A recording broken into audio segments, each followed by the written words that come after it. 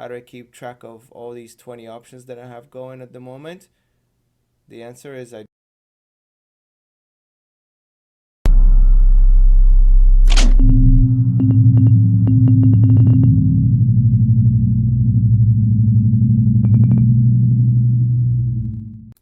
it's Thursday morning, October 24th. It's about 2:15 a.m. I'm sitting at yet another all-time high. It's incredible. I can't even believe it. I kind of can. All right. So I had a question by someone, and the question was, how do I keep track of all the option trades that I'm doing? Currently, I have about 20 options running. So I'm gonna answer that to an extent, and that's gonna be the topic of today, really. So let's go to the account. I'm sitting at $73,600. Now, if I hadn't put those 2,000 in, I would be at 71,600, which is way over the 70,000 mark. The main culprits, this is the week graph, as you can see right here. The day chart is just going to look like a little line because we've just hit midnight a couple of hours ago. So the main culprits here are a little bit of EXK, $28 here. C-SPAN continuing to power higher towards that $12.50 mark. I might just sell it at some point and collect all the profits, and then sell puts at $10. We'll see. I hope it keeps going up. Apple, unfortunately, I'm starting to not gain anything from Apple at this point. All these gains, look at how much of the gain is negated, right? So almost $593 gain, capital gains, and 245 of those were denied by the option plays, so half. So my gains are now capped at half, really.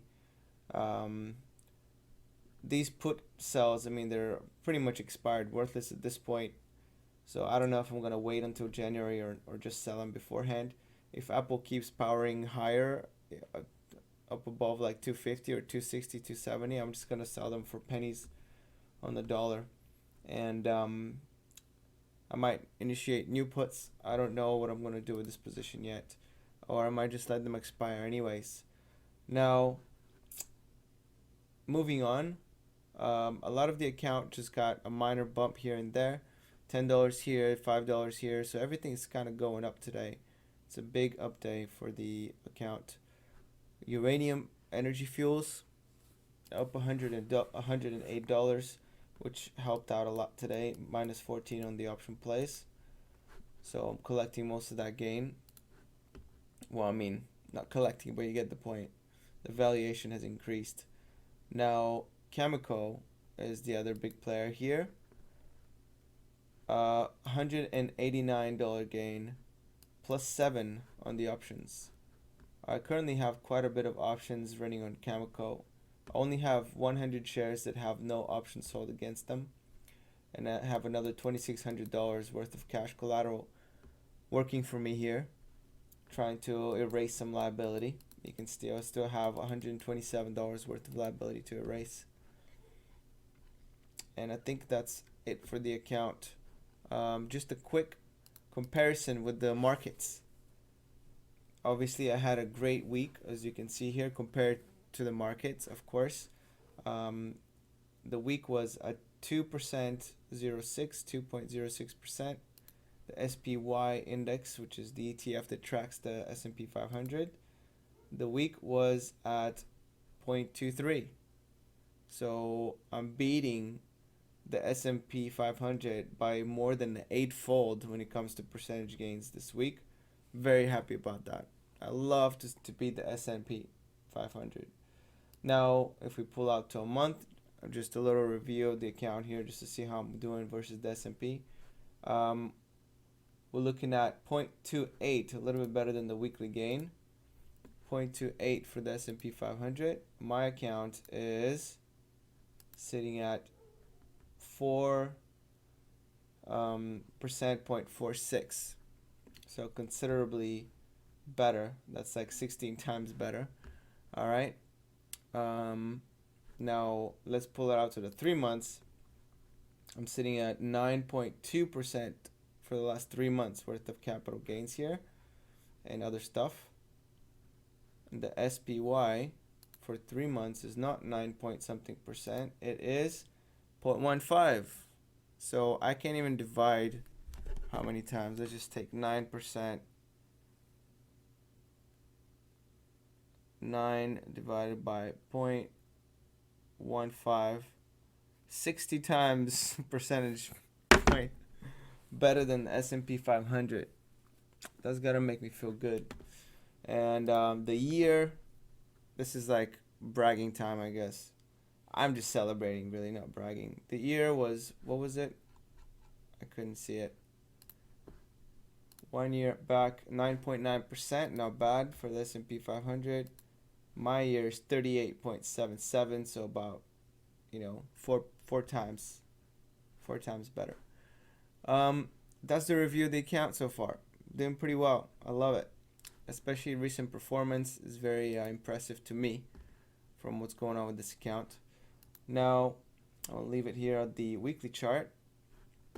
I'm still in the middle of the process of scaling into EXK. So the price just hasn't dropped below 210, so I haven't had a chance to allocate any more cash. I still have about $3,500, maybe $4,000 almost worth of just sitting in cash, a little bit of GSY and actual just cash sitting in Robinhood, that I was planning to either go back into Apple or go into EXK, but none of these two things are dropping. So I'm just having to sit on my hands with this cash and just wait for a better opportunity in case there's a correction. And if there isn't correction, I might just keep it in cash and come up with a new trade idea, because at this point I don't want to keep piling into EXK, and I don't feel like buying Apple at 244 at the moment. Although that might be the lowest we ever see Apple. Seriously. Could be the case, but I don't want to take that chance. I'm guessing there's going to be a correction at some point back into the low 200s, at which point I hope I'm wise enough to allocate some more into this great company here, this cash generating dragon worth of company. So the question, right? How do I keep track of all these options right here? Look at, I have 20 and counting. I'm about to initiate some more. And I used to keep track of a lot of the options, and I'll show you just a quick example of just one test, little tiny test that I was doing. I don't want to show you all my research and my methods, because I need some kind of competitive advantage here. But it's not something mind-blowing, like I'm not a genius or anything like that. I just beat my head against the wall so many times to try to figure out how to calculate and what works well for me. And that's really the best thing that I can share with you, is like, you got to find something that works well for you. Like, not everything is going to work well for everybody. Like, even if I have a system, if I tell you the system, you won't be able to do as well with it. And if you have a system that you do well with, I probably will just botch it up because I don't know how to work the timing of everything. And just, your judgment for your system is, or even if you don't have a system, strategy or way of trading, really. You know how to operate it. You have a feel for it. I don't. So I'm going to botch your system or your way of trading, and I'm not going to be able to imitate what you do. Everybody has to find their own way, right? So, but the question was raised, and I've arranged things in such a way that all I have to do, the way I do things right now, and that's my sweet spot. I've hit this groove and I really like it. The way I do things is I calculate all the possible outcomes, or at least the major outcomes that I care most about of each trade. And then if I'm okay with all of the outcomes before I initiate the trade, then I go ahead and do it and set it and monitor it and almost forget it. The only thing that I care about is I want to know all the stocks that I'm in, all the different types of assets that I'm in. And the only thing that will sway me is a really pertinent news item that could change my opinion on the underlying asset that I'm trading or investing in. So That's why I'm so vigilant about following the news and making sure that everything's okay. Like I do check out earnings calls and things like that. So I'm just an information, trying to be as much of an information sponge as I can. I keep up with the times, what the Fed's doing. I want to know the latest trends in company and what could, and I'm always, thinking about what could affect my trades and investments. But for the most part, the way I have it set up is so I don't have to do calculation and tracking, right? So I do that beforehand. So let's say, for example, I have four scenarios. Scenario number one, I let my option system, or just an option call or put expire. What would be the outcome at the end of that month? And then I figure, am I okay with if it expires? And am I okay if it triggers? If the answer is yes, I get to proceed. And the next, my system, they have other requirements like, okay, is my earnings satisfactory? um, am I meeting my goal with the amount of premium that I'm going to be getting? If the answer is yes, I proceed. If no, I don't proceed. Then I go to stage three, right? And I'm not going to go through all of them, but so this is kind of the type of process that I take personally when I'm trying to evaluate whether or not I'm going to initiate a trade or sell a put or a call or buy a stock or whatever. And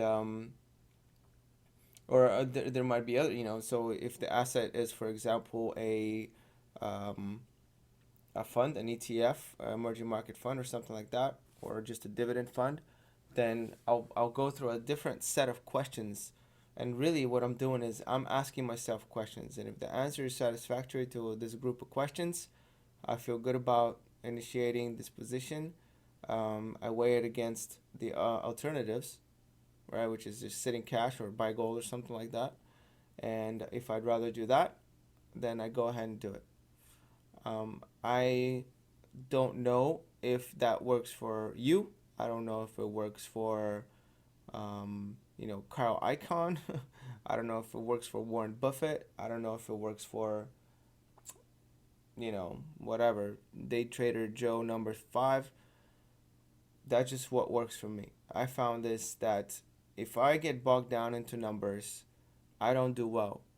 I don't do well if I try to constantly, be micromanaging all my positions. I just stress out, and I start making mistakes. I used to do spreadsheets with criterias. They used to look like this. I'll show you one little experiment that I started making and I abandoned. I don't want to show you any of my research, and um, I mean, you might say like, well, what's the point of doing this, right, if you're not going to show your research? But I mean, like, I just kind of, it's just private. Like, I don't want to, you know well, anyway, I'll just show you one little unfinished test that I started doing, and it has to do with technical analysis. This was like, maybe 3 years ago, and it has to do with technical analysis, and I was just trying to figure out if the system that I was doing was profitable. So you can't even see the left columns because I have to like mess with the OBS here, and I have to try to. But you can see just like a regular spreadsheet, right? Let me show you here. So regular spreadsheet, and it just has a bunch of columns, and then I have my. You can't see half. You can only see the last two columns here, but there's another five columns on the left. No, like three or four columns on the left, and um, and I just put criteria. I put it's a triangle pattern type of deal, and so I described whether the triangle was up or down and how I went for it, short or long, and then what my gains are from each option practice, right?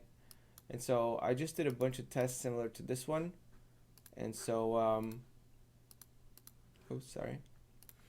I kept doing tests like that, trying to figure out what system kind of like works for me, what I'm okay with doing, what I'm okay with tracking when it comes to all these options, um, potential options, methods of doing things. And I finally settled into this one, where I do all the calculations before I initiate a trade, and then it's basically hands off. And the only thing that sways me is the news. So to answer your question more directly, how do I keep track of all these 20 options that I have going at the moment? The answer is I don't. I don't keep options, so track of it because for the reasons outlined, I'm okay with any scenario that materializes. Really, I just if I see something, obviously I review my accounts daily, and if I see some large movements, or as I flick through all the investments and all the trades real quick, if I notice something that's a little bit out of whack, like I've had extremely large gain or extremely large loss in a certain position, then I look to what the cause is for that. And if there's no cause, I just doesn't matter. If there is a cause, then I look at the news item because um, it's already too late to act on the news, right? The moment the news happens, all the action's already happened, and the move is very swift. But then after the fact, I can decide what to do next, right? I can decide, okay, this is a losing position, this company's gonna go bankrupt, or I look into it, or whatever, and then I close down the trade, or for whatever reason, it depends whether I'm investing, depends whether it's a gamble, or it depends whether I'm speculating. I already did a video on speculation versus gambling versus investing. You should check it out um, if you want. And so then I make a decision what to do. But really, it doesn't matter to me how the options go from day to day. There's no certain percentage that I'm looking for. I have a ballpark figure. Like if an option reduces its value by like 90% or so and very early on, then I might just sell it. I might just buy it back. Okay, if I sold a put or something or sold a call, I might just buy it back. All right, but if it's near expiration date, like I don't really care about the gamma so much, right? So I just let it expire, and I'll just collect that little tiny bit, whatever, even if it's just a few dollars of premium, because um, I have already calculated that I'm okay with the scenario. So I'm really not like eager. I'm not eager to close down my positions. I'll just keep them open, even if it's just $5, right? Or even like $3 or whatever, and the option's already worthless. I'll just take those extra $3, and I won't even. I'll try to maybe look forward to initiating the next position, but if it's so out of whack, right? This is the big point, right? If it's so out of whack that this position is already down to $3 per contract, then it wouldn't be worth, most likely, it wouldn't be worth re-rolling that same option in the same asset because the valuation is so far off of what I thought it was initially. So that's why I don't stress out about it, and I don't try to close the options even if they're 95% or more worthless now. I don't try to close the trade because that asset, it's most likely so far off of my value for it that I I'm better off looking for different opportunities. Um, anyway, I hope that answers a lot of, if you're wondering, I hope that answers a lot of how I do things. Obviously, like I'll show you anything in my account that you want to know. I'll show you how I do things, etc. But I just can't show you my research. Number one, because it's embarrassing. The language I use and the patterns I've tried and things like that. Like all the technical analysis that I try to do. Like I don't want people seeing that. It's kind of like showing people like your baby photos. All right. Um, there's some silly things that I've tried, and yeah, it's too. I guess think it's too personal. But maybe one day, like when the count gets to 1 million, I can celebrate by showing you some embarrassing spreadsheets. Okay, I've tried a lot of things. Some pretty cool things, some pretty bad. But this was an example of a little experiment that I started doing, just triangle, descending and ascending triangles, and trying to buy or sell options at the right time. This was not with the Robinhood account. This was a different account, and I was seeing if it works for me. The answer to that was no, even though I didn't really complete the experiment fully. But anyway, I just decided to quit early on because it just wasn't. It was clear that it wasn't working. Um, my time frame for is what, 3 months, but I quit after a month and a half. But I've done that a bunch of times. Okay, well, I hope that was a little bit insightful for those of you who are seeking some more information on how I do things. But like I said, you got to find ways to do things in your own way, because that's what's going to work for you. You know, each person's personality is different, their temperament is different. You got to know yourself. You know yourself better than I know, right? Better than anybody else. So you got to build your own style. I'm always preaching that, huh? All right, well, anyway, I'm over here celebrating my all-time high on this account. Um, Obviously, there's going to be a lot more all-time highs, hopefully soon and forever, right? Just keeps going up and up and up. Eventually, there's going to be a deep correction in the account. I just don't know when it's going to be, but I'm also confident that I'm going to swim out of it and eventually have another new all-time high. So anyway, that's it for now. I'll probably make another video on Friday night or something like that.